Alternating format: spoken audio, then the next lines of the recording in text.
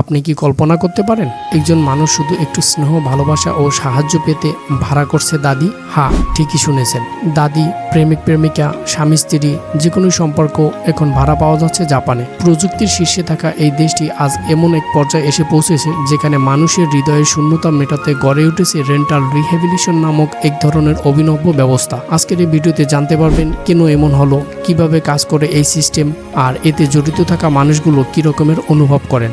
বিশ্বের সবচেয়ে উন্নত ও গোছালো দেশগুলোর নাম বললেই প্রথমে আসে জাপানের নাম।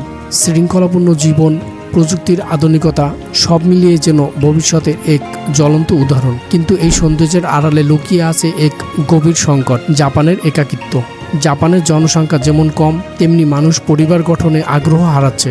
যেখানে বৃদ্ধের সংখ্যা বেশি এবং বেশিরভাগ মানুষই একা জীবন কাটায়। এই একাকিত্ব থেকে মুক্তি পেতে গড়ে উঠেছে এই অভিনব ব্যবস্থা। কেউ প্রেমিক প্রেমিকা, কেউ দাদা দাদি, নানা নানির মতো একজন পরামর্শদাতা এবং স্নেহময় মানুষকে ভাড়া করেন। এই পরিষেবার ভিতরে অন্যতম হলো ওকে গ্রান্ডমা নামে একটি প্রতিষ্ঠান। 2012 সালে ভাড়ায় দাদি নামক এই পরিষেবা চালু হয়। এখানে 60-এর ঊর্ধ্বে নারীরা তাদের অভিজ্ঞতা, ভালোবাসা ও সময় বিলিয়ে দেন ভাড়ায় একজন প্রকৃত দাদির মতো।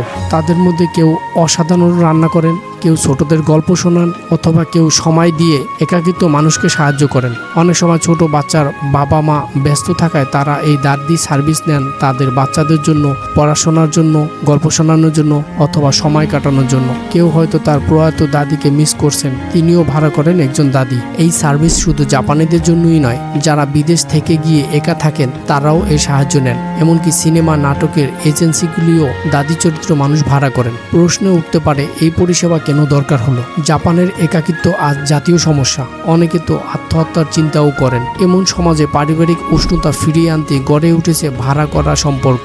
শুধু দাদিই নয়, এখানে প্রেমিক প্রেমিকা, ভাই বোন, বন্ধু বান্ধব, এমনকি কফিনে শোয়ার সঙ্গীও ভাড়া পাওয়া যায়। এটা যেমন একটি লাভজনক ব্যবসা, তেমনি মানবিক দিক থেকেও বেশ ইতিবাচক। অনেকে এই সেবা পেয়ে নতুনভাবে বাঁচার স্বপ্ন দেখেন। প্রতি ঘন্টায় 1000 থেকে 5000 ইয়েন নেওয়া হয় এই সম্পর্কের জন্য।